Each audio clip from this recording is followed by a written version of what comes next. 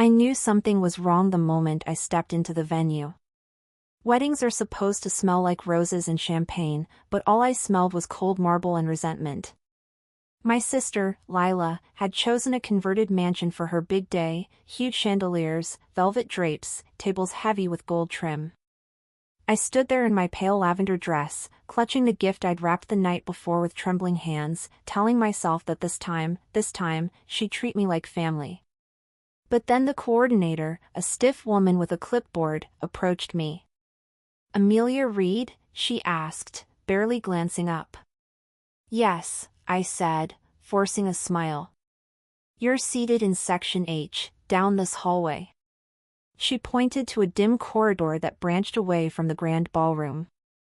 I frowned. "Hallway? Are you sure?" "That's what the bride requested." Her tone was final. I felt my stomach twist. Section H wasn't a section at all, it was a row of metal folding chairs lined up against the wall near the restrooms. No flowers, no table, no place card.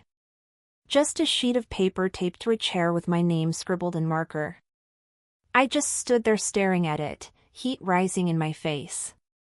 Guests drifted by in shimmering gowns and expensive suits, glancing at me with that tight, pitying smile people reserve for someone publicly humiliated. My own sister had put me in the hallway. I swallowed hard. Maybe it was a mistake. Maybe someone else had changed the seating chart without her knowing. But then I heard her laugh, bright, tinkling, the kind she used whenever she wanted to sound above everyone else. She swept past the doorway in her white lace gown, absolutely glowing, arm-linked with Mom. They both deliberately looked away from me. No greeting. No acknowledgement.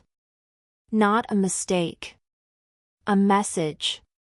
Something inside me cracked then, not loudly, but sharply, like a hairline fracture that had been forming for years finally giving way. All the childhood slights, the mocking comments, the times she had turned family against me, it all flooded back. And I walked out. Not dramatically. Not storming.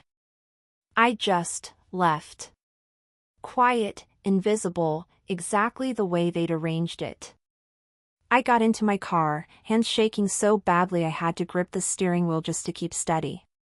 I started the engine, but instead of going home, I drove to the hotel across the street, where I knew the catering staff were staying for the night. I had an idea. A petty idea. A dangerous idea. A perfect idea. I spotted a catering truck parked outside the loading dock. I knew something most people didn't. The wedding cake, Lila's precious 6-tier hand-painted monstrosity, was delivered unassembled. The top layers were kept refrigerated in a portable cooler until the moment the caterers needed to stack them. And the thing about hotels, they have a lot of coolers.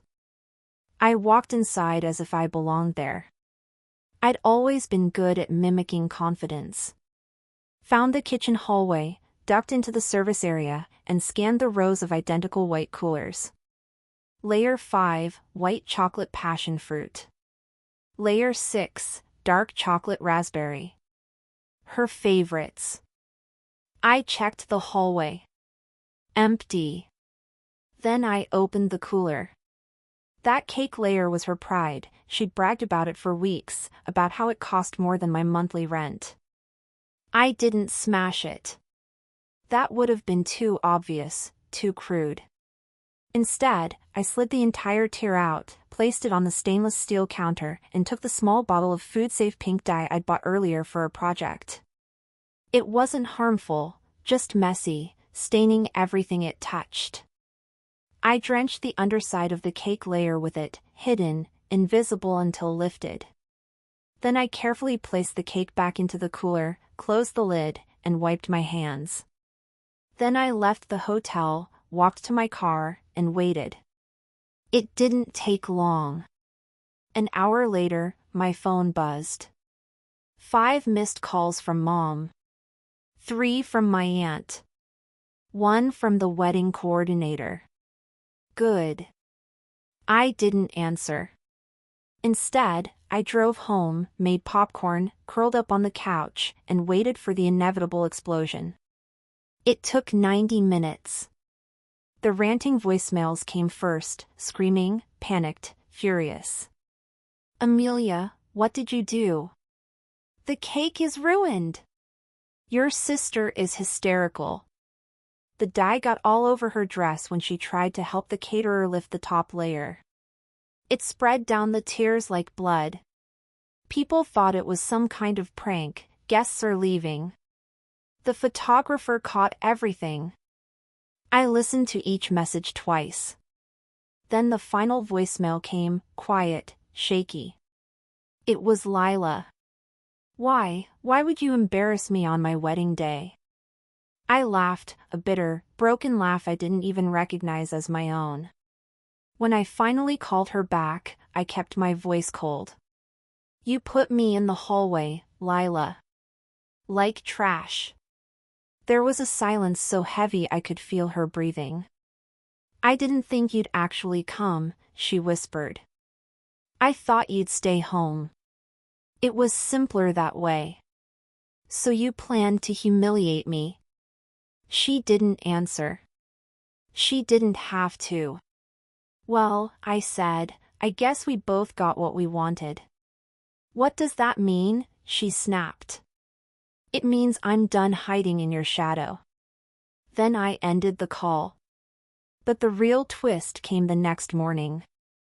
A video of the cake disaster had gone viral, posted by a guest who thought it was hilarious. In slow motion, the dye seeped through the tiers like a horror movie prop, dripping onto Lila's $1,000 dress. The caption read, I guess someone didn't want to be in the hallway. Her brand new husband's conservative family, who prided themselves on perfection, was mortified. They blamed Lila, said it was bad omen, attention-seeking, disgraceful. By the end of the week, their honeymoon was postponed. By the end of the month, they were in counseling. All because of one pink-stained cake and years of cruelty finally snapping. Did I confess? Never. Did anyone suspect? Maybe. But no one ever put a girl seated in a hallway on the guest list again. And for the first time in my life, I felt something dangerously close to justice. Here's a short, punchy ending you can add. And as the dust settled and the whispers died down, I finally understood something. Sometimes justice doesn't roar, it drips slowly down a wedding cake in front of everyone who once laughed at your silence. If you want more stories like this, full of twists, betrayal, and revenge, don't forget to like, share, and subscribe. Your support keeps the confessions coming.